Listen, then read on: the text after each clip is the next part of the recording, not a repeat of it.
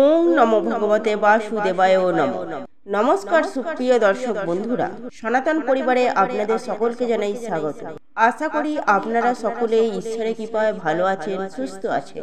আজ আপনাদের সামনে একটি অত্যন্ত গুরুত্বপূর্ণ বিষয় নিয়ে আলোচনা করব, যা আপনাদের জানার অত্যন্ত প্রয়োজন। আর নতুন কিছু জানতে বা শিখতে চাইলে অবশ্যই আমাদের এই চ্যানেলটি সাবস্ক্রাইব করুন। সুপ্রিয় দর্শক বন্ধুরা, আগামীকাল মোক্ষদা একাদশী, আর এই একাদশীর দিন আপনারা আপনার বাড়ির প্রবেশদ্বারে বিনা খরচে রাখুন এই একটি জিনিস। এর ফলে আপনারা সারা জীবন রাজার হালে থাকবেন, সেই সঙ্গে আপনাদের গৃহে সুখ শান্তি ও ধন সম্পত্তি বৃদ্ধি পাবে। হ্যাঁ বন্ধুরা, আপনারা একেবারে ঠিক শুনেছেন। সুপ্রিয় দর্শক বন্ধুরা, এই মোক্ষদা একাদশী সমস্ত একাদশীর মধ্যে একটি অন্যতম একাদশী তিথি। শাস্ত্র অনুসারে এই সময় ভগবান বিষ্ণু এই একাদশী নানান দিক থেকে যথেষ্ট গুরুত্বপূর্ণ। তাই এই রকম পবিত্র দিনে আপনি যদি আপনার বাড়ির প্রবেশদ্বারে বিনা খরচে এই একটি জিনিস রেখে দিতে পারেন, তাহলে আপনারা সারা জীবন রাজার হালে থাকতে পারবেন এবং সেই সঙ্গে আপনার পরিবারে সুখ শান্তি ও সমৃদ্ধি বিরাজ করবে। তাই এই প্রসঙ্গে বিস্তারিত জানতে আমাদের এই ভিডিওটি স্কিপ না করে সম্পূর্ণ মনোযোগ সহকারে শেষ পর্যন্ত দেখতে থাকুন। আর ভিডিওটি দেখে কোনরূপ উপকৃত হলে অবশ্যই একটি লাইক করবেন এবং আপনজনদের সাথে শেয়ার করবেন, যাতে ওনারাও দেখে উপকৃত হন। আর যারা সনাতন পরিবারে নতুন হয়ে আছেন, তারা অবশ্যই আমাদের এই চ্যানেলটি সাবস্ক্রাইব করুন এবং পাশে থাকা বেল বাটনটি প্রেস করুন এরূপ নিত্য নতুন ভিডিও সবার আগে দেখার জন্য। তাহলে চলুন বন্ধুরা, আর সময় নষ্ট না করে ভিডিওর মূল পর্বে প্রবেশ করা যাক। প্রিয় দর্শক বন্ধুরা, আপনার বাড়ির প্রবেশদ্বারে বিনা খরচে রাখুন এই একটি জিনিস। এর ফলে সারা জীবন শুভ শক্তি আপনার গৃহে প্রবেশ করবে। ঠিক তেমনি প্রত্যেকটি দেবদেবীর কৃপায় আপনারা সারা জীবন রাজার হালে থাকবেন। সুপ্রিয় দর্শক বন্ধুরা, আপনারা যদি প্রচুর অর্থের মালিক হতে চান এবং আপনারা যদি চান আপনার গৃহস্থে দেবদেবীর আগমন ঘটুক, দেবী লক্ষ্মী আপনার উপরে কৃপা বর্ষণ করুক, তাহলে অতি অবশ্যই আপনার বাড়ির সদর দরজায় রেখে দিন বিশেষ এই একটি জিনিস। দেখুন বন্ধুরা, বাস্তুশাস্ত্র মতে বাড়ির সদর দরজা বিশেষ ভূমিকা পালন করে থাকে। যদি আপনাদের গৃহের সদর দরজায় যদি ভুল দিকে থাকে, তাহলে কিন্তু বাড়িতে বাস্তুদোষ বা নেগেটিভ এনার্জি অত্যন্তই বৃদ্ধি পায়। তাই সদর দরজা সম্পর্কে আপনাদের কয়েকটি বিশেষ টিপস জানিয়ে দেব, সেগুলো আপনারা অতি অবশ্যই জেনে রাখুন। আশা করছি ভবিষ্যতে আপনাদের কিন্তু অনেক কাজে লাগবে।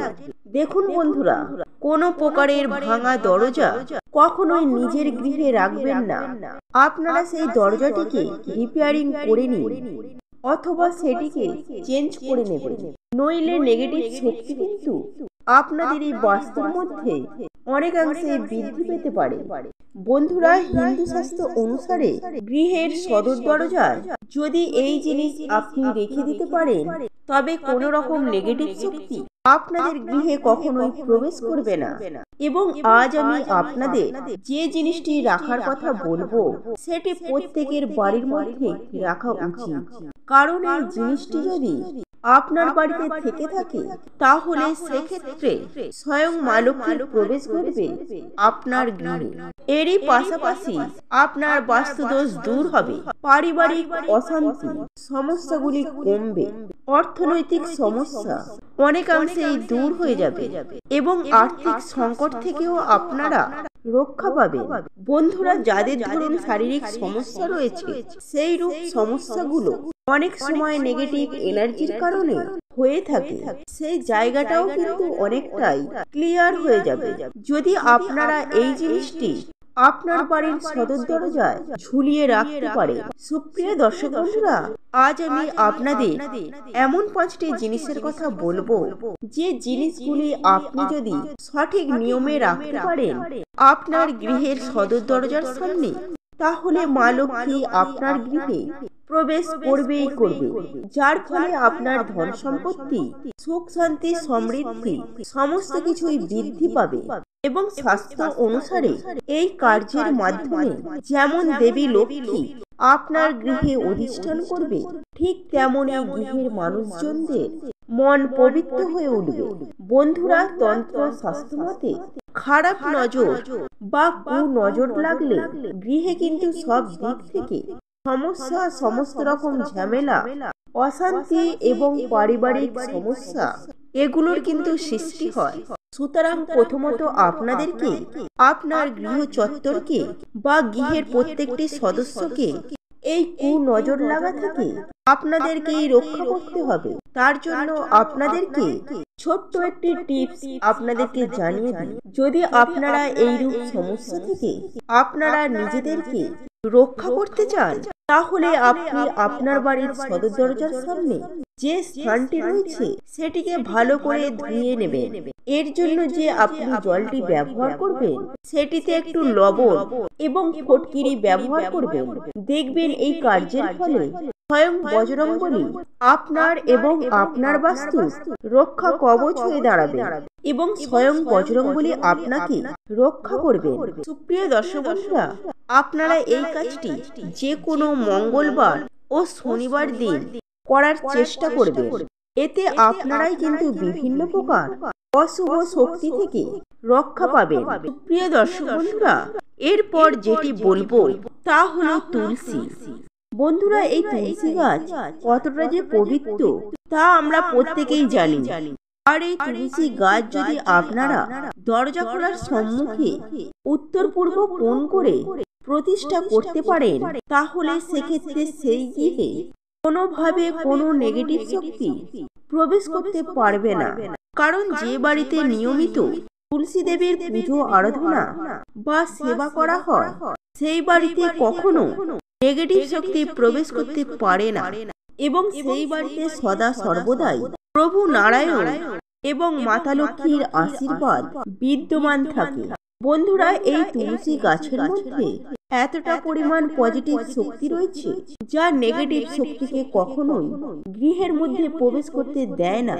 তাই দরজা খোলার সামনে আপনারা চেষ্টা করবেন একটি তুলসী গাছকে লাগিয়ে রাখা।